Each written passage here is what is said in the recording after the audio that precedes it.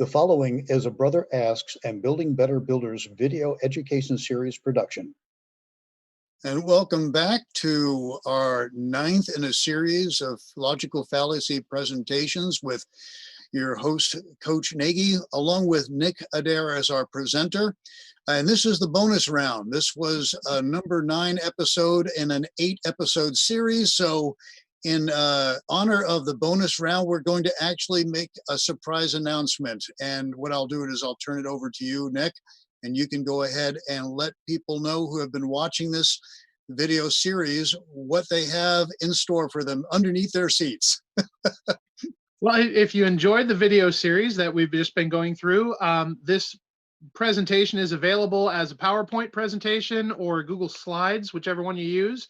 It's available for download along with a narrative that goes along with it. And we're going to put the link in the description, as well as something on the video here if you want to actually take this and present it to your lodge and open up the floor for discussion. It's one of the best things you can talk about around the lodge. Thank you, Nick. And without further ado, let's go ahead and get into the actual presentation. I understand we have 4, not 3, but 4 this last 9th episode. So let's go ahead and get into it. Nick, it's all yours. All right, so we'll start with number 21, which is personal incredulity. Okay. This one's a little hard to understand, but basically it's saying that because one finds something difficult to understand, it's therefore not true. So this is an actual argument people put forth when they're hearing something because they don't understand it. They say that can't possibly be true because I don't understand it. Yeah, for the most part, it's something that's higher than the level that they can understand. So therefore, they think the person's shining them on or trying to bring up something that makes it harder to deal with, and therefore it's just them trying to make it not true. Generally, the way to combat this is to get somebody who does understand it and can explain it at the level that everybody can understand it.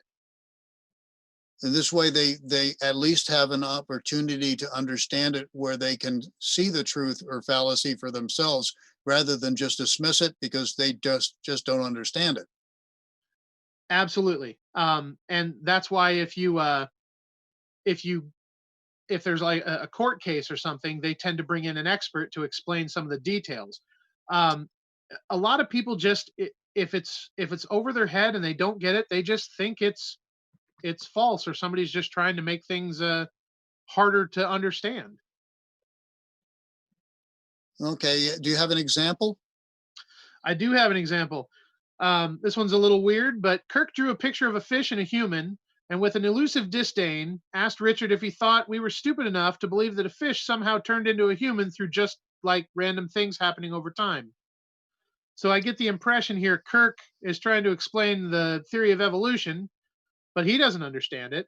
And Richard's looking at a fish that's turned into a human, and he doesn't understand how that jump could be made. So Kirk doesn't get the concept of evolution. He's showing too big of a gap, and Richard doesn't understand from what Kirk is showing him because Kirk's not showing him everything that he needs to know. And what I'm Kirk getting is from your guilty of the fallacy. Say that again, last part, please. Kirk is the one who's guilty of the fallacy. Okay, yes, I'm seeing that now, looking at the way that was presented. Kirk can't understand the connection between the fish and the human from evolutionary points of view. He doesn't understand the science, and he's putting it up there as an example with disdain, obviously, that because he doesn't understand it and there's disconnect, he's trying to say that it's impossible, but he really doesn't understand it, and he's saying it's impossible because he doesn't understand it. Absolutely correct. And Richard's looking at it going, yeah, I don't think I get this either because you didn't explain it well enough. So Kirk is the person responsible for the fallacy. Okay, I'm seeing it. Yeah. Great. Thank you. All right. Next one up is ambiguity. I won't make any comments at this particular point. I want to leave that ambiguous. Right, there you go. So ambiguity is using double meanings or ambiguities of the language to mislead or misrepresent the truth. Oh boy. I see this going on all the time online where you'll see individuals make a statement and they what'll happen is that whole statement, terms within the statement will start wandering and having multiple meanings throughout the entire conversation. And then somebody will basically dismiss it because they're taking the meaning different than what it was intended. That's exactly right. Here's a prime example. Like when the judge asked the defendant why he hadn't paid his parking fines, he said that he shouldn't have to pay them because the sign said fine for parking here. So he naturally presumed that it would be fine to park there. But my wife said I was fine. Exactly. um, you have to.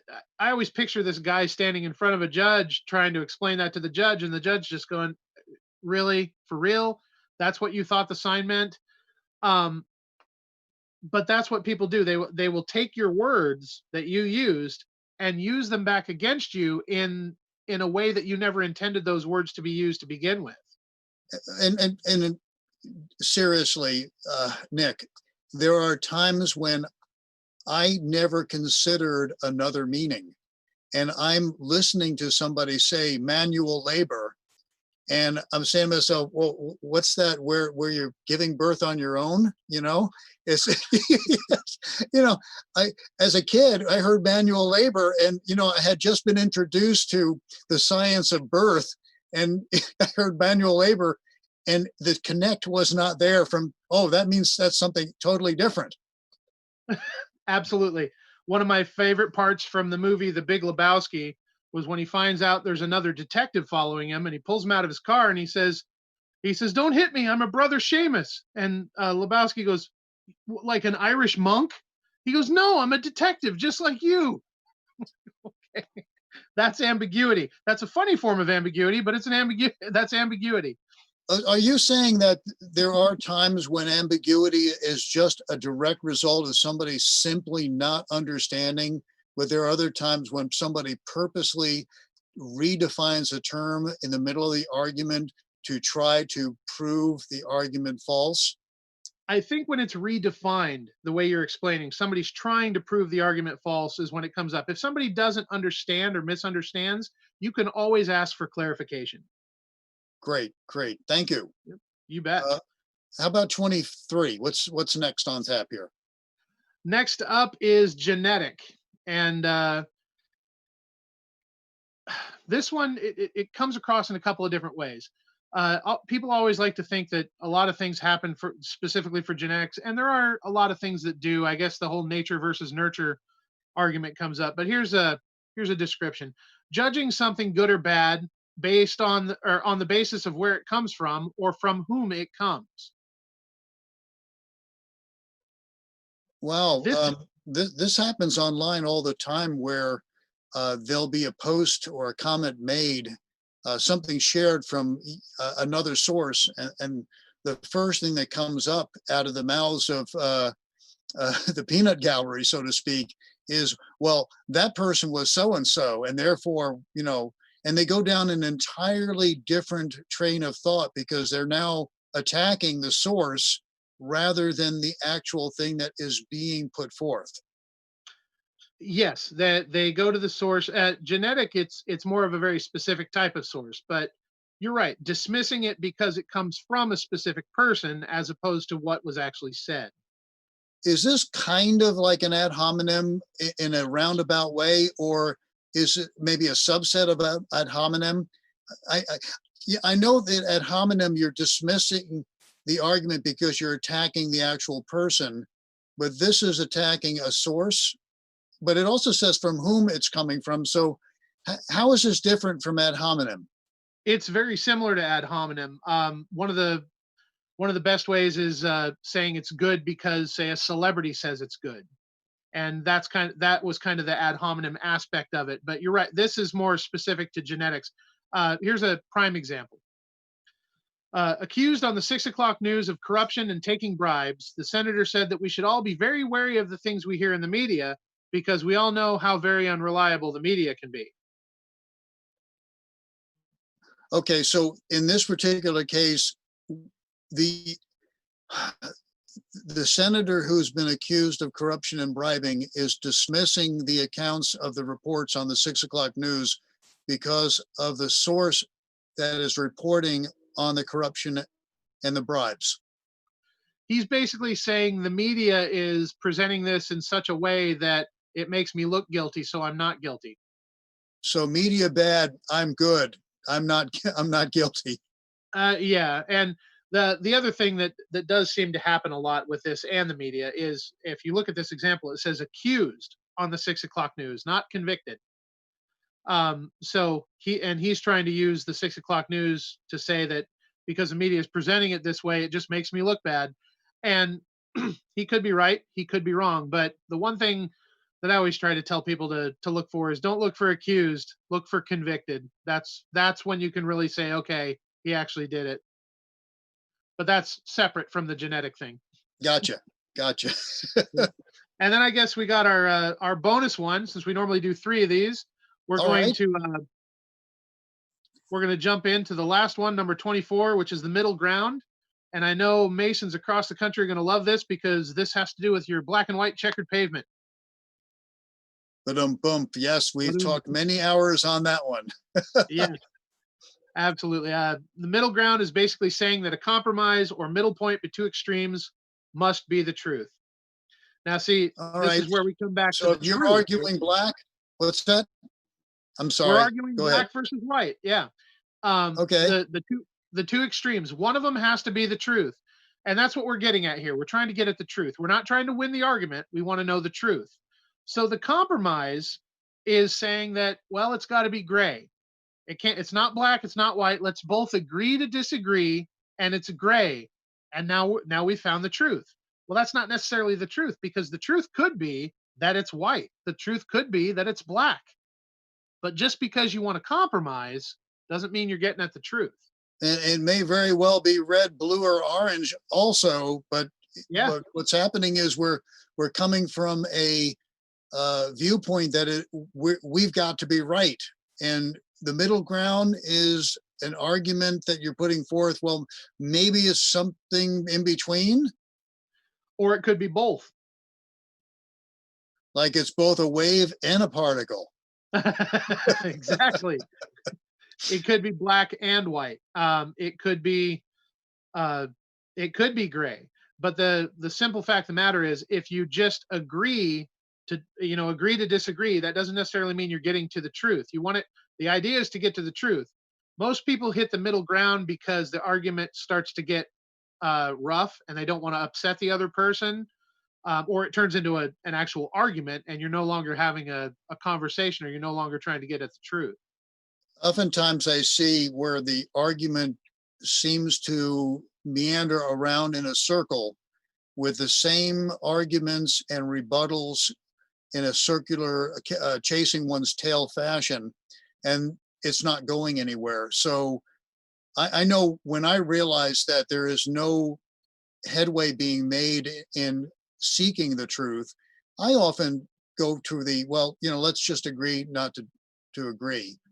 And I'll leave it at that, mainly because I realize that there's no good utility in continuing the conversation. And sometimes that takes 15, 20 minutes. And sometimes I realize within the first minute, it's really not worth my investment of time.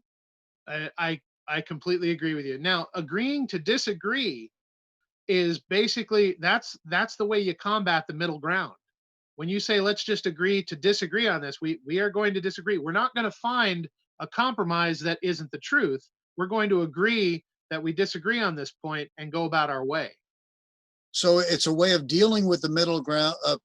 It's a way of dealing with the argument getting out of hand or not going any further, just agreeing to disagree. But the middle ground is where both parties are compromising, and they're not seeking.